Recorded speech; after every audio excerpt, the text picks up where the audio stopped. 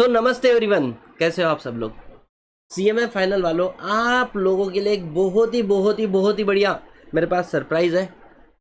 मतलब इससे आपका दिन नहीं, हाँ दिन तो बन ही जाएगा, बट आपका दिल गार्डन गार्डन हो जाएगा। आप बोलोगे क्या बात है सर, क्या बात है, और आप लोगों को समझ में आएगा बहुत ही बढ़िया, ज़बरदस्त।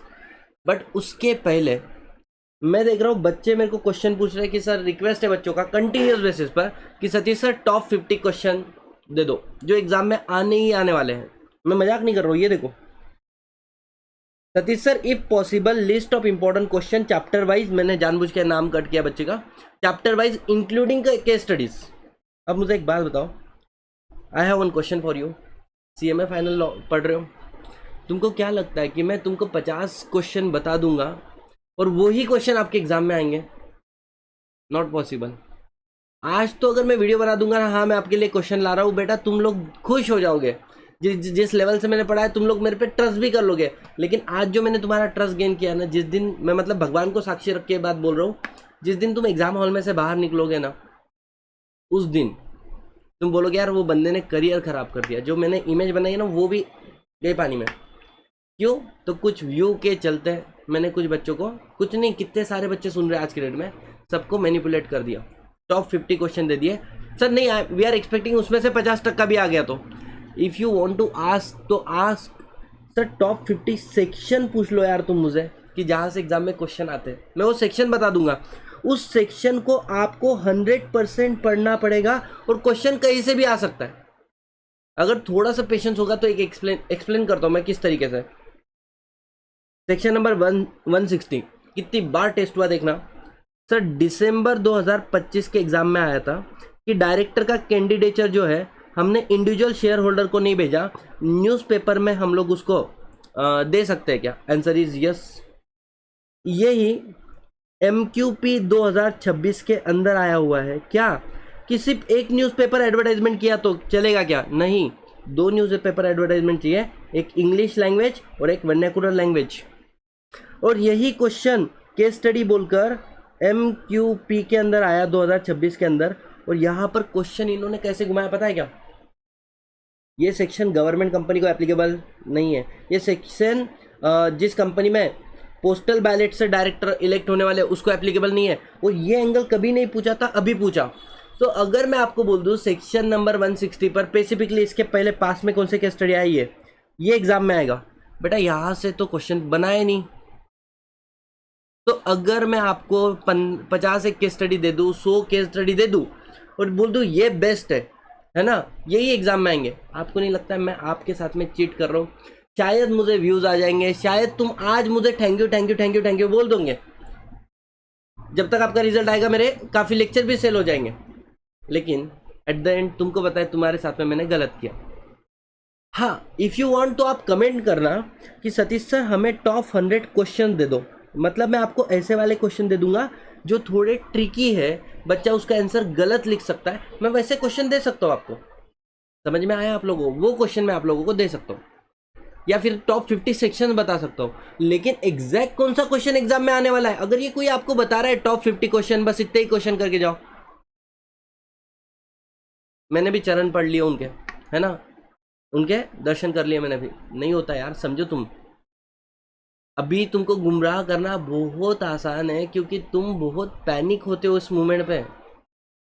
बोलते ना, डूबते को तिनके का सहारा। तुम्हारी नैया तुमको लग रही डूब रही है, और कोई भी तुमको सहारा देने के लिए आ गया, तुमको लगेगा यार ये मेरे अच्छे के लिए सोच रहा है। नहीं, मैं यही बोल रहा हूँ। I have question, CMA final के बच्चे हो, इंटर पास किया है, माइंडसेट अच्छा है, मैच्योरिटी लेवल बड़ी है, दिमाग अच्छा है अपने पास, तो सोचो क्या टॉप 50 में दे दूँ तुमको? बाकी सब्जेक्ट के लिए पॉसिबल है, लॉ के लिए नहीं पॉसिबल है यार, लॉ के लिए नॉट एट ऑल पॉसिबल। ठीक है, अब सर दूसरा क्वेश्चन हमारे दिमाग में क्या आ रहा है?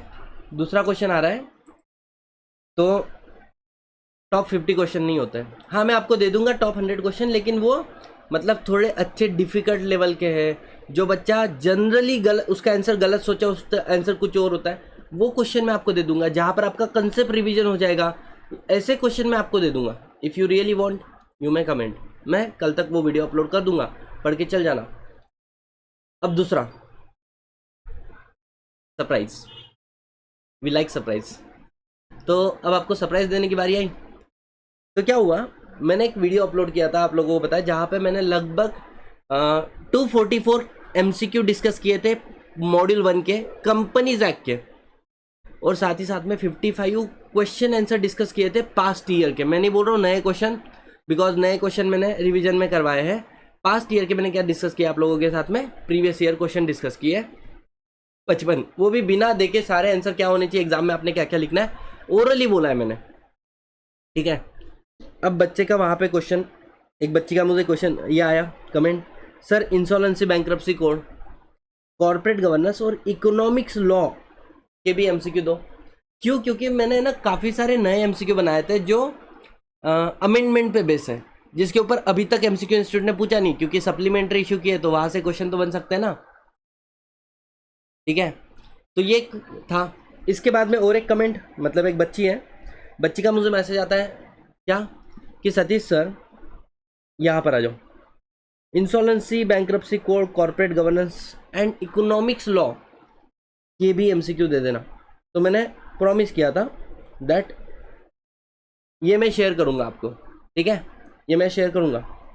और बस उसी को मद्देनज़र रखते हुए आप लोगों के लिए सरप्राइज। अब ये सिर्फ PDF नहीं है, मार्क माय वर्ड, मैंने ऑलरेडी PDF नंबर 1 शेयर किया। ये सिर्फ PDF नहीं है सर, ये बहुत ही यूनिक चीज़ है, इसका इमीडिएट जाके प्रिंट आउट ले लेना, एग्जाम के पहले बहुत काम आने वाली है। मैंने क्या किया, जैसे अब यहाँ पर क्या है, इंसॉल्वेंसी बैंक्रप्सी कोड है, तो क्या क्वेश्चन आए हैं पास्ट ईयर में, मोटा मोटी उसको मैंने समराइज करके यहाँ पे, मतलब मैंने AI का, एडवांस मॉडल का, सबका यूज़ किया है और करवा के लिया। इसके अलावा सर क्या क्या अमेंडमेंट है, मतलब amendment number 1, amendment number 2, amendment number 3, amendment number 4, है ना। अब एग्जाम के दिन आपने कौन से पॉइंट याद रखने, फाइनेंशियल क्रेडिटर, ऑपरेशनल क्रेडिटर का difference, interim resolution professional, resolution profession के बारे में पता होना चाहिए, एग्जैक्ट डिफरेंस, CIRP और लिक्विडेशन का डिफरेंस आपको पता होना चाहिए, ठीक है। इसके अलावा फिर MCQ शुरू किए, और MCQ में भी इंक्लूडिंग अमेंडमेंट वाले MCQ, तो ऐसे लगभग 28 MCQ insolvency bankruptcy code. Sir corporate governance के अंदर अब तुमको पता है पास्ट ईयर के क्वेश्चन जो एग्जैक्टली एग्जाम में आते हैं ना, फटाफट मैंने कवर कर दिया। केस स्टडी मेरे को लगा कोई इंपॉर्टेंट है, वो केस स्टडी भी मैंने कवर कर दिया जो इंस्टीट्यूट ने पूछा है। और जैसे ही हो गया, इथिक्स, कॉर्पोरेट गवर्नेंस, मैनेजमेंट का डिफरेंस क्या है, कमिटीज़ कौन सी है, उनका रेशियो क्या, की आउटपुट क्या आए थे, डायरेक्ट इम्प्लीमेंटेशन और थर्ड पार्टी इम्प्लीमेंटेशन। और ये होने के बाद में if you just go you will understand 30 MCQ including, अब इसमें अमेंडमेंट नहीं होता है कॉर्पोरेट गवर्नेंस में, ठीक है, तो ये भी कवर कर लिया। सेबी लॉ, काफ़ी सारे क्वेश्चन, काफ़ी सारे केस स्टडीज़, लास्ट मोमेंट में आपने क्या क्या पढ़ना चाहिए, 24।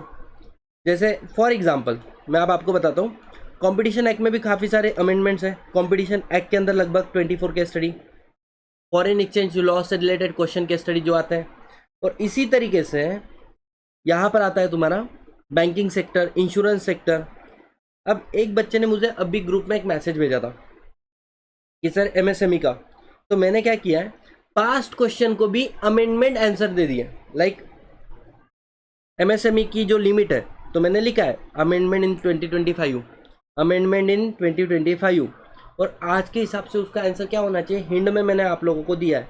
तो क्या है, ये जो PDF आपको दिख रहा है, ये सिर्फ 68 पेज का PDF है, लेकिन इसके अंदर सारे MCQ कवर हैं। इसके अंदर सारे के सारे आपके पास्ट ईयर के जो क्वेश्चन है ना, उसको समराइज करके हमने दे दिया। इसके अंदर मुझे लगता है लास्ट मोमेंट पे तुमने कुछ चीज़ें पढ़नी चाहिए, उसको भी मैंने समराइज करके दे दिया। तो आपका वो पहले वाला PDF जो ऑलरेडी टेलीग्राम चैनल में अवेलेबल है, और ये वाला जो PDF है, ये भी मैंने आप लोगों को अवेलेबल करवा दिया।